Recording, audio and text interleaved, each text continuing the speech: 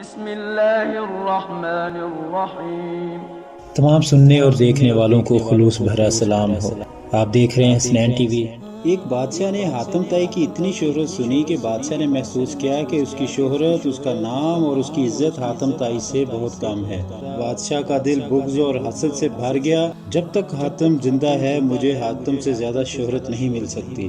شیطانی ذہن کو استعمال کرتے ہوئے اس نے ایک چالاک، فساد پسند اور لالچی شخص کو اس بات پر معمول کیا کہ وہ حاتم طائی کو قتل کر کے اس کا سر اس کے پاس لے کے جائے۔ کرائے کا یہ دہشت گرد اور قاتل شخص اپنے ترکش کو تیروں سے بھر کر اور تیز دھار تلوار کو میان میں رکھ کر حاتم طائی کے ملک کی طرف روانہ ہو گیا۔ جب وہ طائی کے علاقے میں پہنچا تو اس کی ملاقات ایک خوش گفتار، خوش مزاج شخص سے ہوئی۔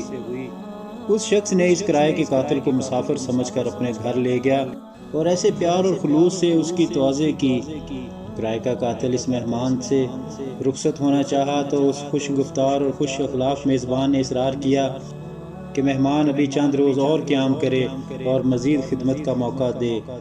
کرائے کے قاتل کے دل میں میزبان کی تکریم اور بھی بڑھ گئی اور اس نے کہا کہ مجھے ایک ضروری کام درپیش ہے، اس لیے میں زیادہ دن نہیں ٹھہر سکتا۔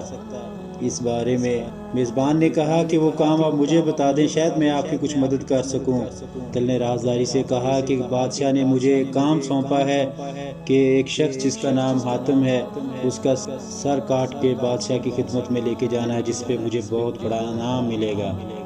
اگر آپ حاتم طائی کو جانتے ہیں تو مجھے اس کا پتہ بتا دیں۔ یہ سن کر میزبان مسکرایا اور عاجزی کے ساتھ جھک کر کہا، آپ اپنا کام شوق سے پورا کر سکتے ہیں، کیونکہ اگر یہ کام آپ اس وقت پورا نہیں کریں گے تو پھر لوگ دیکھ لیں گے اور وہ مزاحمت کریں گے اور آپ انعام سے محروم رہ جائیں گے۔ حاتم کی یہ بات سن کر کرائے کا قاتل اپنے میزبان کے پیروں میں گر گیا۔ اس نے اپنی تلوار اور تیروں سے بھرا ترکش بھی پھینک دیا اور کہا کہ ایسے معزز سردار کے جسم پر پھول مارنا بھی گناہ عظیم ہے۔ سخاوت کے بارے میں ایک مجلس میں حضور قلندر بابا اولیاء رحمۃ اللہ علیہ نے فرمایا کہ ایک شخص حضور اکرم صلی اللہ علیہ وسلم کی خدمت اقدس میں حاضر ہوا۔ اس نے عرض کیا کہ یا رسول اللہ صلی اللہ علیہ وسلم مجھے شہد چاہیے۔ آپ علیہ السلام نے فرمایا عثمان کے پاس چلے جاؤ۔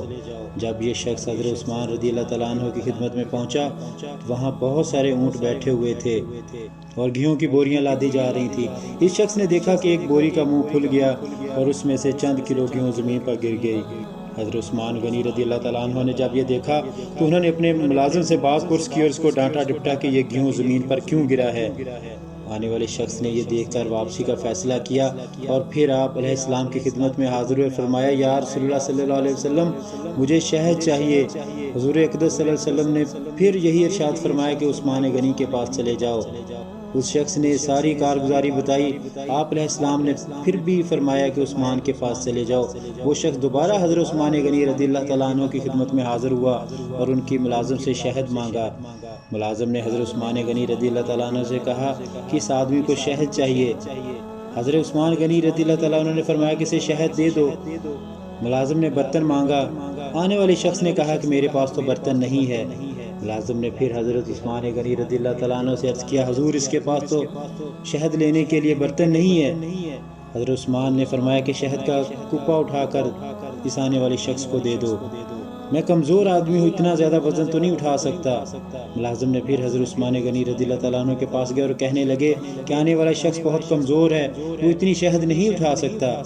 حضرت عثمان غنی رضی اللہ تعالیٰ عنہ کو ملازم کی بار بار مداخلت پسند نہیں آئی، ذرا تیز لہجے میں فرمایا کہ اونٹ پر لاد کر دے دو۔ وہ آنے والا شخص اونٹ پر شہد کو لے کر چلا گیا۔ یہ واقعہ بیان کر کے حضرت قلندر بابا اولیاء رحمۃ اللہ علیہ نے فرمایا مجھے اس بات پر حیرت ہے کہ ہر مسلمان دولت مند بننا چاہتا ہے لیکن کوئی آدمی حضرت عثمان غنی رضی اللہ تعالیٰ عنہ کے طرز عمل کو اختیار کرنا نہیں جانتا۔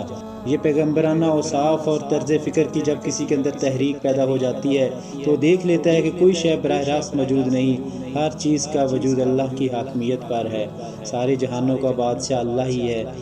انسان زندگی میں جس چیز کو حاصل کرنا چاہتا ہے تو ضروری ہے کہ اس چیز سے متعلق لوگوں کی خدمت اختیار کی جائے، مگر ہم شیطان کی قربت کے خوگر ہیں اور شیطان کے اوصاف پسند کرتے ہیں۔ اگر ہم رحمان کے قریب ہونا چاہتے ہیں تو رحمان کی صفات اختیار کرنا ہوگی۔ اگر آپ بھی اللہ رب العزت کی قربت اختیار کرتے ہیں تو دوست پر دوست کی ہمیشہ نوازش ہوتی ہے۔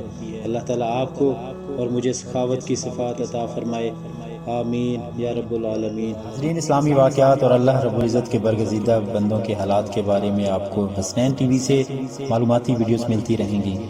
ویڈیوز اچھی لگے تو چینل کو سبسکرائب کریں، بیل آئیکن کو پریس کریں تاکہ آپ کو ملتی رہیں نئی سے نئی ویڈیوز کا نوٹیفیکیشن۔